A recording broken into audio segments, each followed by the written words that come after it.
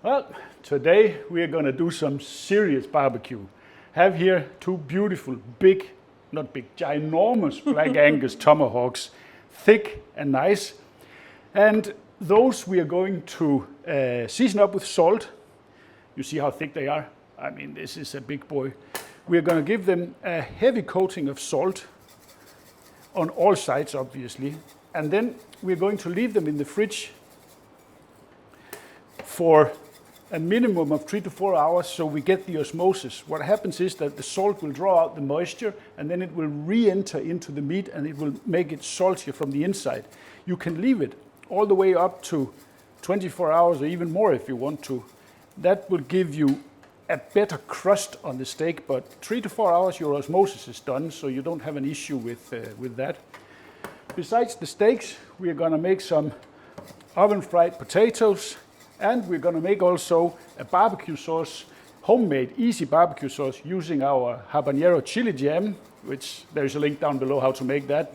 It's super spicy and super tasty. It's important to note here that I have the steaks on a cooling rack here, so I have airflow all around. That's necessary for this to work. So now that looks pretty and nicely coated. I'm going to put this in the fridge and then I'll see you in 4 hours. Well, our steaks, they're out of the fridge and they're looking mighty fine. I mean, this is a beautiful cut. Look at the spinalis here and those two. This is going to be good eating, good eating.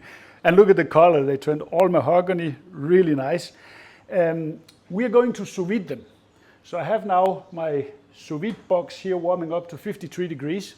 And then we're going to get these into some vacuum bags. But as you see, I've put aluminum foil on the end of the bones because I don't want them to rip a hole in the vacuum bag. I don't want any water to get in here. So into the vacuum bag she goes, like that.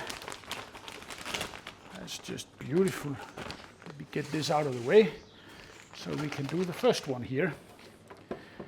And we're going to give it a double seal so that we're sure we have a tight. Yeah, you don't want any water to No, sneak remember in there. we did that once, and that doesn't go very well. Then you don't get a sear after if you get water in the bag. So vacuum we go. Nice and tight. And as I said, we are going to give this an extra seal here. We don't want to take any chances. So we close it in and we give it another seal. And you have to remember that. You have to stay tight. Well, our puppies, they are nice and vacuumed and ready to go in the jacuzzi, which is coming up to temperature. We're now at 47, but it doesn't matter. We're going to put in the steaks now so they can come up to temperature together. We're going for 53, as I said. See if we can get them submerged here. That looks good. And we pop the lid, and then we let them go here for 1.5 hours, 2 hours, 3 hours, whatever. This is stress-free barbecue because you can let them go until you're ready to sear. So now it's time to make potatoes and barbecue sauce. First up, our barbecue sauce so it can cool down again. And as I said, it's a quick and easy, super delicious. 300 grams of ketchup into a small pan, running on, let's say, medium-low. We'll probably crank it up a little bit here because we want to get it started. Then we're going to go in with 60 milliliter of apple cider vinegar. You could use white wine vinegar, you could use white balsamic vinegar, whatever you feel like. And then we have, was it 40 grams? 40, yeah. 40 grams of ketchup manis, which is a sweet soy sauce. And that's going to give us a little bit more sweetness than the ketchup has. And that's what we want right now. And we're going to give it a little bit of W sauce, Worcestershire. You cannot say that, so just forget it. You know what I mean. About a teaspoon, maybe teaspoon and a half. Don't overdo it, but it needs to be there.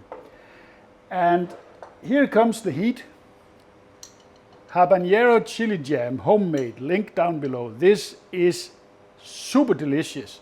So we're going to go in with 2 teaspoons of that. Not more, because then your guests, they're gonna run away. And then we have our standard barbecue rub, which is basically salt, pepper, paprika, cumin, yeah, garlic. Garlic onion powder. Basically that's it. And we're gonna go in with a big tablespoon of that, maybe tablespoon and a half. And now all there is to do is get this all combined and brought to a simmer, and then we're going to let it boil for, I don't know, maybe 10 minutes, something, till the consistency is right. It's going to be a nice dark barbecue sauce, and this will kick ass on any store-bought barbecue sauce. This is just so much better. Obviously you could go with fresh garlic and some shallots chopped and this, that and the other, but honestly you won't feel much difference. This is perfect. Here we are, and it reduced to a perfect consistency for a barbecue sauce. That's what you want, nice and thick. Let me just give that a taste so we know that everything is okay.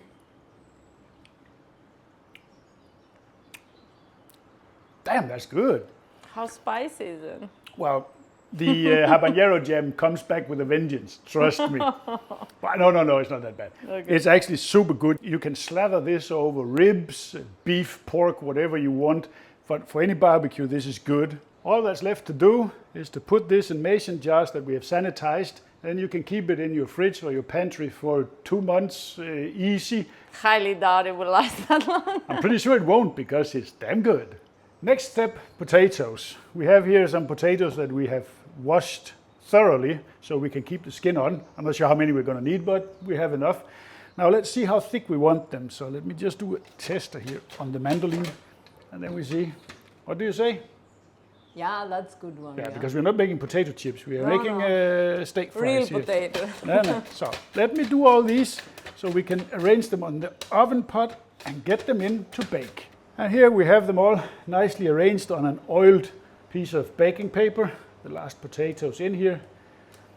We're going to give it a little bit of oil on top. I need some good olive oil here. That's where the flavor comes from. And spread that out a little bit. And these potatoes, they're so good. I mean, we make them all the time, and it's just the best way to do it. And you always make it with so much love, you know. Brushing them and everything. Yeah, well, I like cooking. Bit of sea salt, that's all. Sprinkle that over with a shaker here. I think that looks... That's quite thick. That's nice. It's gonna be good. It's gonna melt when they cook here. And I'm gonna stuff them in the oven, middle rack, 180 to 200 degrees until they are nice and golden. I don't know, half an hour, 40 minutes? Let's see. Our potatoes, they're having fun in the oven, but now it's time to get out our steaks from the jacuzzi that they're enjoying here. You want to take out your steaks, let's say 10 minutes before you want to sear them. And the reason for that is that this is cooked to perfection, medium rare, 53 degrees, everything is perfect.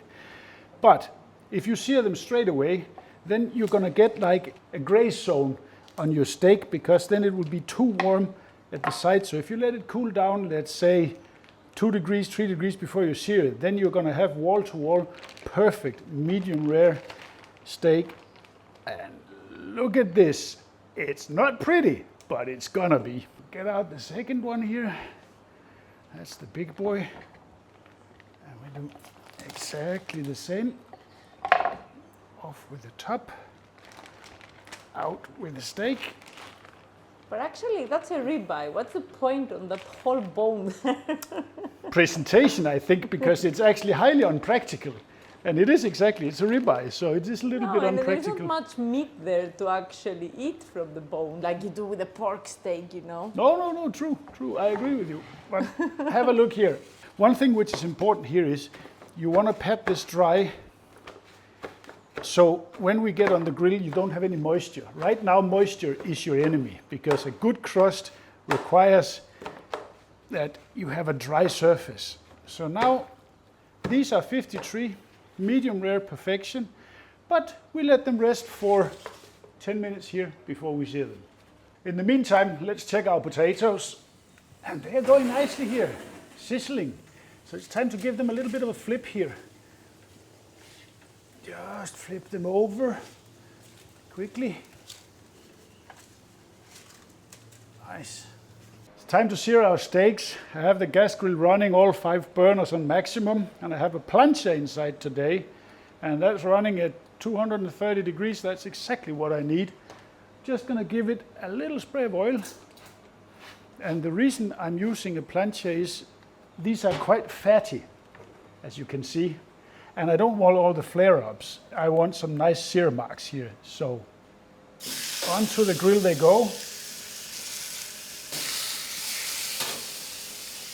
And we let them get some nice sear marks here.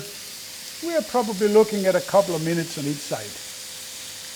Well, the smell is fantastic, so let's check the looks. See how this is going. Oh, look at that there. I miss the flames a lot. Yeah, but it's because we will get so many flare-ups with this fat dripping, and then they will be all black, and I don't want that. I want the good brown crust on them, so I went plancha today. And second side is looking good.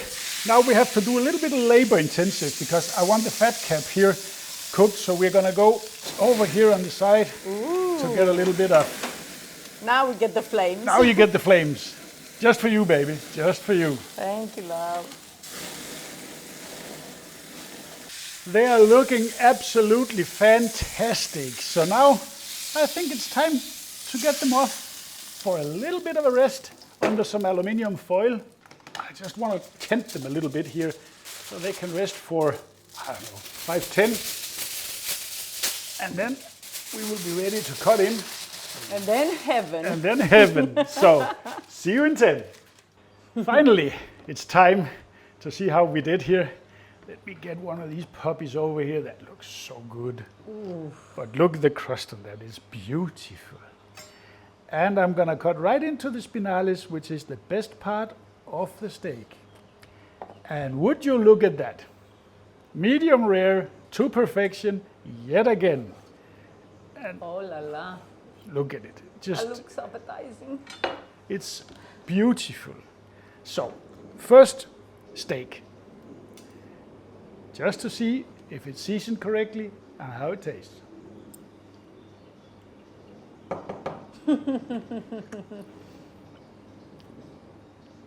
I'm telling you, this is fantastic. And with the osmosis from the salt there, it's actually perfectly seasoned. We don't need to add any more? Not even a little bit. Okay. So now I want the full Monty here. I want steak, I want potato, and I want some of our beautiful barbecue sauce here to see how we did on that. And with a little bit of fat cap on top, that's the bite you want. Potato, steak, fat, barbecue sauce. How is it? This is magic. Really? On top of that, it's just magic. The potatoes are perfect. The steak I already told you. But with this on top, a little bit tangy, spice in the back, nothing that kicks you, but that habanero jam that gives you just that you need in the back. Kick. Yeah. This here, that is a Saturday meal to die for.